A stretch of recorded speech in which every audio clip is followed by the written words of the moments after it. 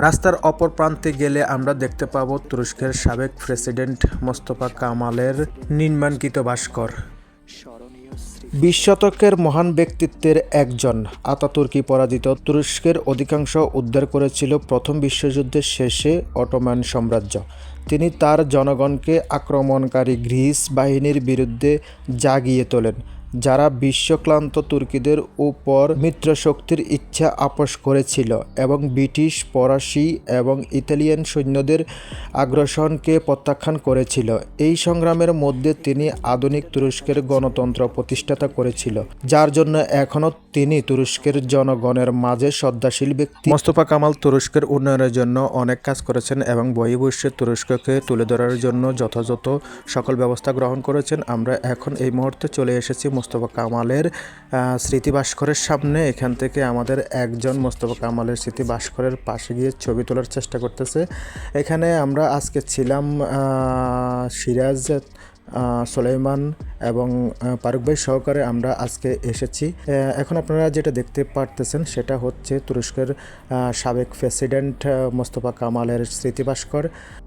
মোস্তফা কামালের স্মৃতি ভাস্করের একটু পূর্ব পাশে হচ্ছে ভাসমান মসজিদ, যেটা ভূমধ্য সাগরের উপরে ভাসমান, সাগরের মধ্যখানে মসজিদ। আমরা কিছুক্ষণ পরে সেই মসজিদের পাশে চলে যাব এবং মসজিদের আশেপাশে দেখানোর চেষ্টা করব। সুশৃঙ্খলভাবে এখানে গাড়িগুলো যাচ্ছে আর আশেপাশে সবুজে শ্যামলে ঘেরা। প্রিয় দর্শক, প্রত্যেকটা ভিডিওতে আমি আপনাদেরকে একটা কথা বলতাম, আমি এই পর্যন্ত এমন কোনো জায়গা দেখি নাই যে সেটা আমার কাছে ভালো লাগে না এবং পরিবেশ খারাপ। তুরস্কের প্রত্যেকটা জায়গার পরিবেশ এত সুন্দর, এত ভালো লাগে, যেটা আপনি নিজ চোখে দেখা ছাড়া বুঝতে পারবেন না। মোস্তফা কামালের স্মৃতি ভাস্করের আশপাশগুলোতে যেভাবে ফুলের সমারোহ ফুল দিয়ে সাজিয়ে রেখেছে, দেখতে অনেকটাই সুন্দর লাগে।